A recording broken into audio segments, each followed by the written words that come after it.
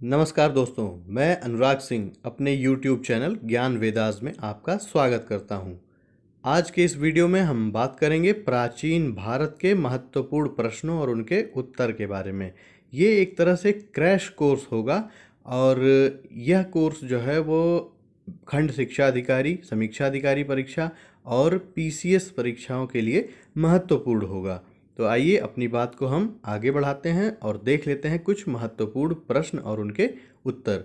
ये प्रश्न आपके आने वाले एग्जाम्स के लिए इम्पॉर्टेंट हैं और ये प्रीवियस ईयर्स में पूछे भी गए हैं, तो इनके आने की संभावना काफ़ी ज़्यादा हो जाती है। तो इन प्रश्नों को आप तैयार करें और अगर ये आपकी परीक्षा में पूछे जाएं तो इन्हें आप सही करें और अपनी सफलता सुनिश्चित करें। आइए प्रश्न देख लेते हैं। वैदिक देवताओं इंद्र, मित्र, वरुण और नासत्य का उल्लेख कहाँ मिलता है? तो इसका उत्तर है बोगाज कोई अभिलेख में। 1400 ईसा पूर्व का एक अभिलेख है बोगाज कोई अभिलेख, जो कि एशिया माइनर से प्राप्त हुआ है। उसमें वैदिक देवताओं इंद्र, मित्र, वरुण और नासत्य का उल्लेख मिलता है। अशोक के नाम का स्पष्ट उल्लेख कहाँ मिलता है? तो ये प्रश्न पूछता है कि निम्न में से किस अभिलेख में अशोक के नाम का स्पष्ट उल्लेख मिलता है? इसका सही उत्तर होगा मास्की, गुर्जरा, नेतूर और उदयगोलम अभिलेख। अन्यथा अशोक के विभिन्न अभिलेखों में कहीं उसे देवा नाम भी कहा गया है, कहीं प्रियदर्शी कहा गया है। तो उसके अगर नाम का उल्लेख पूछता है तो उत्तर होगा मास्की, गुर्जरा, नेतूर और उदयगोलम अभिलेख। अगला प्रश्न है, अशोक का द्विलिपिक अभिलेख कहाँ से प्राप्त हुआ है? अशोक का द्विलिपिक अभिलेख शरेकुना अर्थात कंधार से प्राप्त हुआ है। वेसनगर से प्राप्त गरुड़ स्तंभ लेख किससे संबंधित है? तो यह है यवन राजदूत हेलियोडोरस से संबंधित है। वेसनगर अर्थात विदिशा से एक गरुड़ स्तंभ लेख प्राप्त हुआ है जो यवन राजदूत हेलियोडोरस से संबंधित है। अशोक के अभिलेखों को सर्वप्रथम किसने पढ़ा था? यह प्रश्न बहुत ही ज़्यादा महत्वपूर्ण है कि अशोक के अभिलेखों को सर्वप्रथम किसने पढ़ा। इसका सही उत्तर है जेम्स प्रिंसेप ने। 1837 में जेम्स प्रिंसेप ने सबसे पहले अशोक के अभिलेखों को पढ़ा था। और पूछता है निम्न में से किस वंश के शासकों ने सीसे के सिक्के चलाए? इसका सही उत्तर है सातवाहन शासकों ने, यानी सातवाहन शासकों ने सीसे के सिक्के चलाए थे। और सर्वाधिक स्वर्ण सिक्के किस वंश के शासकों ने चलाए? इसका सही उत्तर है गुप्त शासकों ने, यानी गुप्त शासकों ने सर्वाधिक स्वर्ण सिक्कों का प्रचलन किया था। अब देखिए ये महत्वपूर्ण कुछ अभिलेख हैं और किस शासक से संबंधित है ये आपके सामने स्लाइड दिख रही होगी। इसमें प्रश्न कैसे पूछे जाएंगे? या तो कोई एक अभिलेख देकर पूछेगा ये किस शासक से संबंधित है, या तो 4 अभिलेख और उसके सामने 4 शासक दे दिए जाएंगे और उसे सुमेलित करना रहेगा। तो दोनों तरह के प्रश्नों को ध्यान में रखते हुए इसे याद कर लीजिए आप। ऐहोल अभिलेख पुलकेशियन द्वितीय से संबंधित है। प्रयाग प्रशस्ति समुद्रगुप्त से संबंधित है। हाथी गुम्फा अभिलेख खारवेल। जूनागढ़ अभिलेख रुद्रदामन। भीतरी स्तंभ लेख स्कंदगुप्त और मंदसौर यशोधर्मन से संबंधित है। कुछ और महत्वपूर्ण प्रश्न है, जैसे पूछता है निम्न में से कौन सा वेद गद्य और पद्य दोनों में है? तो इसका उत्तर है यजुर्वेद। यजुर्वेद गद्य और पद्य दोनों में है। वेदांत किसे कहा जाता है? वेदांत कहा जाता है उपनिषद को। एक और महत्वपूर्ण प्रश्न है, ये आपको अक्सर विभिन्न परीक्षाओं में दिख जाएगा कि सत्यमेव जयते कहाँ से लिया गया है? तो सत्यमेव जयते लिया गया है मुंडकोपनिषद से।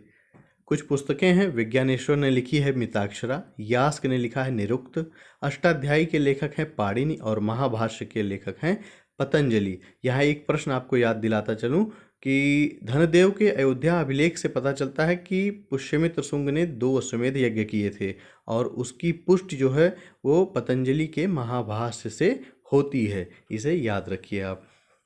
महाभारत का प्राचीन नाम क्या था? जय संहिता। यूपी PCS 2015 का ये प्रश्न है कि महाभारत का प्राचीन नाम था जय संहिता। और एक और महत्वपूर्ण प्रश्न है कि महाभारत में कितने पर्व हैं? इसका सही उत्तर है 18 पर्व हैं, यानी महाभारत में 18 पर्व हैं। और एक प्रश्न और है कि सबसे प्राचीन पुराण कौन सा है? इसका सही उत्तर है मत्स्य पुराण। मत्स्य पुराण सबसे प्राचीन पुराण है।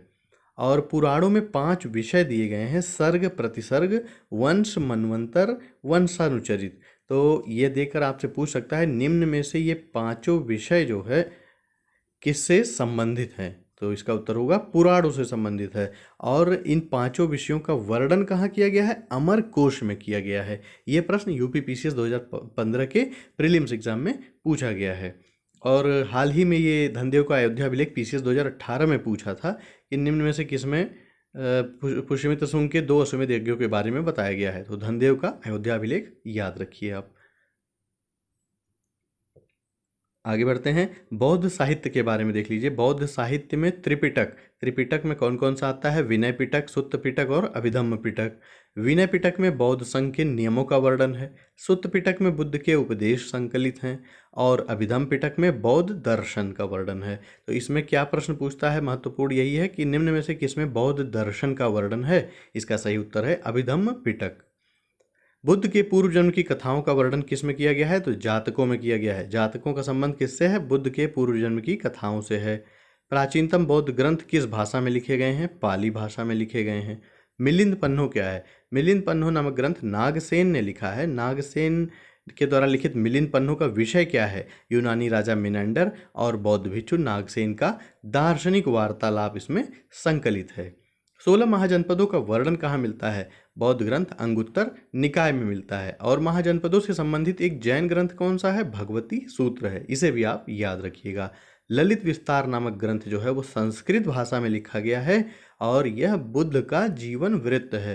तो अगर आपसे प्रश्न पूछे निम्न में से कौन सा ग्रंथ बुद्ध का जीवन वृत्त है, इसका सही उत्तर होगा ललित विस्तार। और इसकी भाषा भी पूछी जाती है कि ये कौन सी भाषा में लिखा गया है, तो ध्यान रखिएगा कि ये संस्कृत भाषा में लिखा गया है।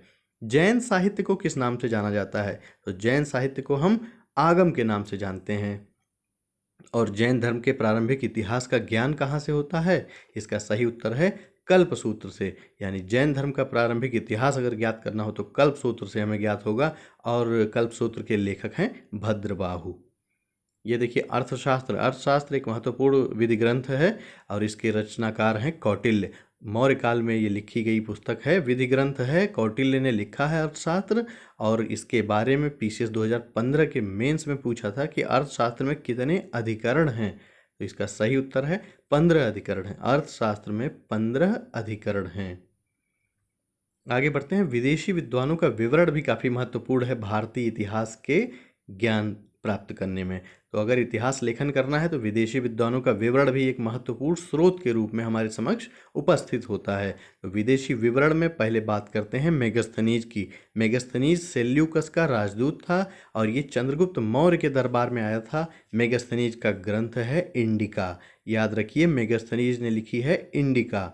अगला है विदेशी विद्वान डाइमेकस या विदेशी यात्री कह लीजिए डाइमेकस। डाइमेकस कौन था? सीरिया नरेश एंटियोकस का राजदूत था और ये बिंदुसार के काल में आया था। याद रखिए सीरिया नरेश एंटियोकस का राजदूत बिंदुसार के काल में आया, उसका नाम था डाइमेकस। अगला है डायोनिसस। डायोनिसस कौन है? मिस्र नरेश टॉलमी द्वितीय फिलाडेल्फस का राजदूत, अशोक के दरबार में आया है। फाहियान कौन था? फाहियान चंद्रगुप्त द्वितीय विक्रमादित्य के दरबार में आया। और सबसे महत्वपूर्ण जहाँ तक प्रश्नों का सवाल है उसके बारे में है कि वेनसांग का कई बार प्रश्नों के रूप में पूछ दिया, वेनसांग के बारे में पूछ दिया जाता है। वेनसांग आया था हर्षवर्धन के काल में। हर्षवर्धन के काल में आने वाले वेनसांग को यात्रियों का राजकुमार, नीति का पंडित और वर्तमान शाक्य मुनि के नाम से जाना जाता है। वेनसांग ने लिखी है पुस्तक, उसे कहा जाता है सीयू की। वेनसांग की पुस्तक है सीयू की और फाहियान की पुस्तक है फोकवोक की। अलबरूनी का नाम भी महत्वपूर्ण है। अलबरूनी ने लिखा है तहकीके हिंद और अलबरूनी महमूद गजनबी के साथ आया था भारत। याद रखिए अलबरूनी महमूद गजनबी के साथ भारत आया था। शाहनामा के लेखक हैं फिरदौसी। शाहनामा के लेखक हैं फिरदौसी। तबकाते नासिरी के लेखक हैं मिनहाजुस सिराज। और तारीख़ फ़िरोज़ शाही के लेखक हैं जियाउद्दीन बर्नी। तो ये सारे प्रश्न जो है काफ़ी महत्वपूर्ण हैं और उम्मीद है कि आपने ये सारे प्रश्न याद कर लिए होंगे। अगर ये प्रश्न नहीं याद हैं तो इस वीडियो को एक बार और देख लीजिए और अगर लगता है कि ये वीडियोस आपके लिए हेल्पफुल हैं तो इन्हें लाइक करिएगा, चैनल को सब्सक्राइब करिए और इसे अपने फ्रेंड्स के साथ शेयर भी करिए ताकि ये ज्ञान और लोगों तक भी पहुंच सके। मिलते हैं अगले वीडियो में, तब तक अपनी पढ़ाई जारी रखिए। नमस्कार, धन्यवाद।